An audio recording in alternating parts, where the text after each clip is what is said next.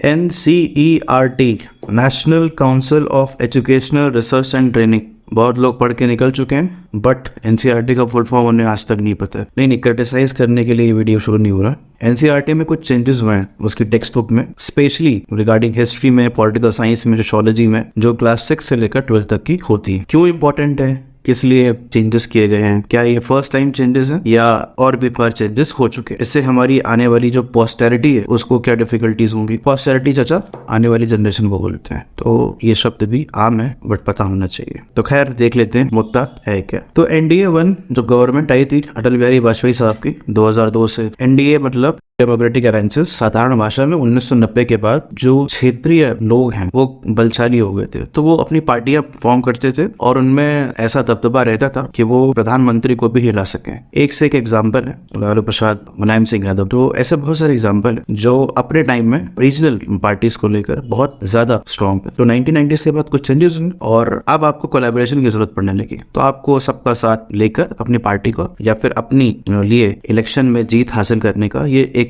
लौता मूल मंत्र था। तो वहां से आया एनडीए। तो एनडीए मतलब बीजेपी के और रीजनल पार्टीज, और यूपीए मतलब कांग्रेस और उनकी रीजनल पार्टीज जो उनको सपोर्ट कर रही होती है। तो पहली कोशिश की गई टेक्स्ट बुक में चेंज लाने के लिए, क्योंकि इनका मानना था या फिर आइडियोलॉजीज भी हैं कि मुस्लिम्स या फिर मिडिवल में जो हिस्ट्री हमारी है मुगल्स को लेकर, वो इतनी ज्यादा हमें पढ़ा दी गई है कि जो हमारे यहाँ के राजा थे उनको वो अंडरमाइन कर देती है, उनको उतना इंपॉर्टेंस नहीं देते। तो बीजेपी का मानना था कि इसमें कुछ चेंजेस होने चाहिए, बट यूपीए गवर्नमेंट जैसे ही आई उसने इस चीज को खारिज कर दी। और ये तो होता ही है, जो भी इस गवर्नमेंट का होगा अगली गवर्नमेंट खारिज कर देगी, जो भी अगली गवर्नमेंट का होगा उसके बाद जो आएगी वो खारिज कर देगी, तो होता है। तो ये यहाँ से शुरुआत होती है। अब हम ये देख लेते हैं कि क्या एनडीए 2 जब गवर्नमेंट का कार्यकाल शुरू हुआ 2014 के बाद, तब कुछ चेंजेस हुए या फिर जो अभी और भी पार्टीज कह रही हैं कि नहीं ऐसा चेंजेस नहीं होने चाहिए, तो क्या पहली बार हुआ है या फिर इसके पहले भी हो चुका है। तो सबसे पहला राउंड है 2017, इसको टर्म दिया गया था रिव्यू ना कि रिविजन। ऋषिकेश सेनापति चीफ थे एनसीईआरटी के, फुल फॉर्म मैंने स्टार्टिंग में बता दिया था, पता होना चाहिए। तो उन्होंने बोला कि कुछ अपडेट्स होने चाहिए टेक्स्ट बुक को लेकर, जिसमें जीएसटी को मेंशन किया जाना चाहिए ताकि लोगों को भी पता चले। खैर मानी गई बात और चेंजेस लाए गए। दूसरा 2018 में एजुकेशन मिनिस्टर प्रकाश जावड़ेकर साहब थे और उन्होंने बोला कि टेक्स्ट बुक है जो एनसीईआरटी, उनका रैशनलाइजेशन होना चाहिए,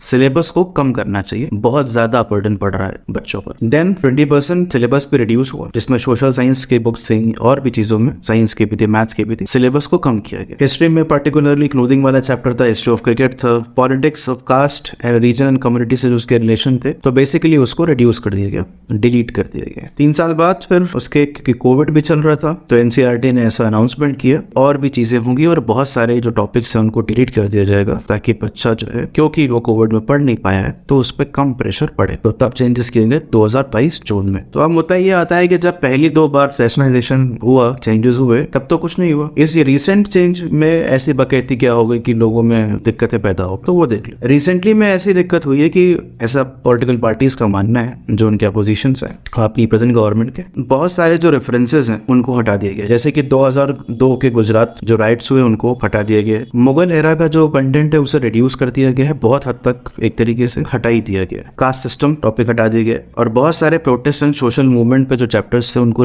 खत्म कर दिया गया। तो जो भी पार्टीज है वो ये देख रही है कि ऐसा करके पॉलिटिकल पार्टीज इसलिए करती हैं ताकि वो कंट्रोल रख सके जो बच्चे उनके देश के पढ़ रहे हैं, क्योंकि हर बच्चा ज्यादातर एनसीईआरटी टेक्स्ट बुक को रीड करता है। टोटल बेसिकली आकलन के हिसाब से 5 करोड़ 18 स्टेट में बच्चे टेक्स्ट बुक रीड करते हैं एनसीईआरटी। तो सवाल ये आता है कि बच्चे स्कूल में पढ़ रहा है तो क्या दिक्कत है, पढ़ने दो, और टेक्स्ट बुक में कुछ चैप्टर्स रीड कर देने से क्या फर्क पड़ जाता है, उसका जवाब थोड़ी देर में देखेंगे। महात्मा गांधी की अनपॉपुलरिटी को, हिंदू एक्सट्रीमिस्ट कैमिंग जो थी वो हटाई गई, आरएसएस बैन हो गई थी उनके असैसिनेशन के बाद, इस भी टॉपिक को हटाया गया। तो ऐसे बहुत सारे मुद्दे हैं जो अपोजिशन को ऐसा लग रहे हैं कि ये डेमोक्रेटिक लाइंस पर नहीं है, ये तो धीरे धीरे एक तरीके से डिक्टेटरशिप की तरफ मूव कर रहे हैं, क्योंकि जो लोगों को जानना चाहिए, समझना चाहिए, वो चैप्टर्स नहीं रहेंगे तो बच्चा समझ नहीं पाएगा। तो सवाल ये कि बच्चे पे क्या असर पड़ेगा।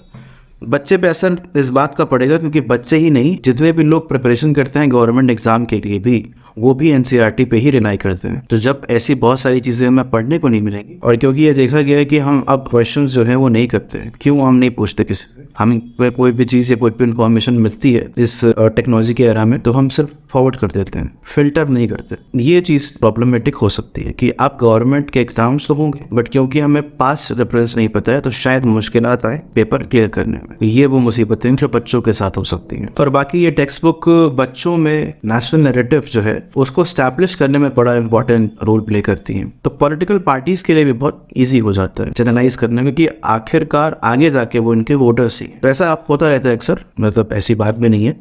जो भी गवर्नमेंट होती है वो अपने अकॉर्डिंग और उनके जो भी एडमिनिस्ट्रेशन होता है वो फैसले लेते हैं, कुछ सोच समझ के लिए जाते हैं। बट हमें क्या करना चाहिए? हमें एज अ लर्नर या फिर as a awaken student react करना चाहिए, रिस्पॉन्ड करना चाहिए कि हम हर एक चीज़ को क्यों पूछे, ऐसा क्यों हुआ, वैसा क्यों था, ताकि भले ये टेक्स्ट बुक से चीज़ें डिलीट हो जाए कोई दिक्कत नहीं है। हम सिर्फ एक टेक्स्ट बुक से ही तो थोड़ी ना अपनी ज़िंदगी को डिसाइड करेंगे। तो उसके बाहर भी ज़िंदगी है, उसके बाहर भी बहुत सारी बुक्स हैं। तो अगर हमें रीडिंग का, हमें नॉलेज गेन करने की आदत होगी तो ऐसे डिलीशन, ऐसे सेशनलाइजेशन से हमें कोई फ़र्क नहीं पड़ता है। तो मेरा तो ये मानना है। ये थी छोटी सी story revising school text book को लेकर, जो भी चेंजेस एनसीईआरटी लेके आई है, और वो समय समय पे as per the political parties जो भी गवर्नमेंट में होती हैं उनके अकॉर्डिंग लेके आती रहती हैं। तो ऐसा कुछ बहुत बड़ा भी चेंज नहीं है जिससे पर्सनली कोई हिट करे। अगर आप अवेकन्ड हैं तो आपको नॉलेज कहीं ना कहीं से मिलेगी जरूर। तो ये था मुद्दा और ये था उसका सल्यूशन। धन्यवाद।